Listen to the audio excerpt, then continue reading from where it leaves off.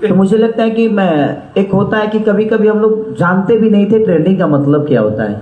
But एक गाना मेरा जी से आया था, उसने पहली एक छठ का गाना था जो मेरा पहली बार ट्रेंड किया था, तो मुझे भी लगा ये नया प्लेटफॉर्म है क्या। तो पहली बार जी से मेरा ट्रेंडिंग शुरू हुआ और उसके बाद सारे भोजपुरी गाने, आज मुझे लगता है कि 15 गाने हम सबके भोजपुरी के होते हैं।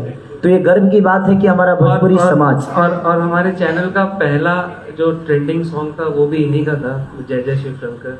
उस ट्रेंडिंग सॉन्ग से सिलसिला शुरू हुआ है। चिंता मत करिए, जो भी आपके कंपनी पे बड़ा होगा वो मेरा ही होगा।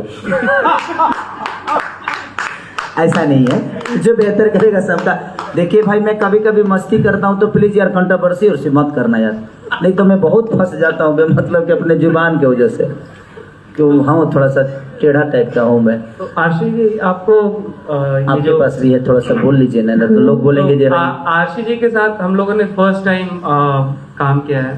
तो इनका पहला गाना आया था नथुनिया, जो कि हमने रात में शूट किया था और दिन में हम लोगों ने बोंदू 3 दिन शूट किया था।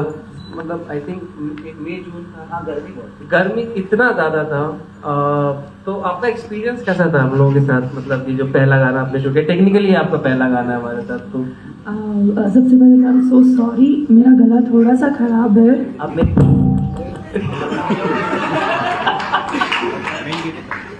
इतना ज्यादा आवाज करता सो या मुझे काम करके काफ़ी अच्छा लगा, क्योंकि ये मेरा फर्स्ट टाइम था कि सारी सर के साथ जो मैंने काम किया है। एंड सारेगामापा हम भोजपुरी। यार खेसारी मत बोला करो, बेबी बोला करो मुझे।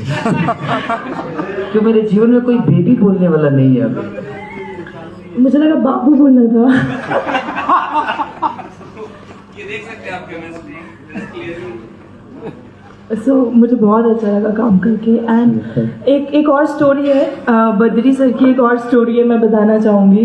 पहली बार मैं किसी सेट पे रोई हूँ, वो बद्री सर की वजह से। इन्होंने मुझे डांट दिया था, लास्ट का शॉट था, इन्होंने मुझे डांट दिया और मैं बोला हाँ मुझे डांट दिया, ओह माय गॉड। और मैं रो रही थी और फिर किसारी सर आए, उन्होंने मुझे गले से लगाया, मुझे चुप कराया, बेटा तुम हार्ड वर्क कर रही हो, तुम्हारा हार्ड वर्क एक दिन रिजल्ट लाएगा। सर आपको याद है?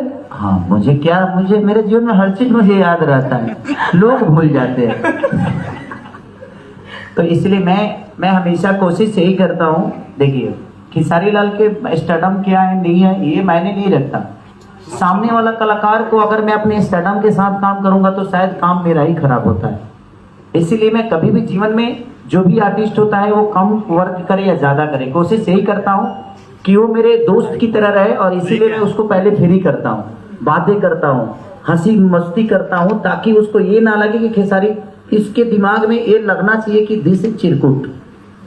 ऐसा बिल्कुल भी नहीं था, चिरकुट तो कहीं पे चिरकुट नहीं, मतलब कि एकदम यार इसका कोई लेबल ही नहीं है। मैं अपने लेबल को उस इंसान के नजर में पहले गिराता हूँ कि मेरा कोई लेबल नहीं है भाई, तू बिल्कुल निश्चिंत से काम कर।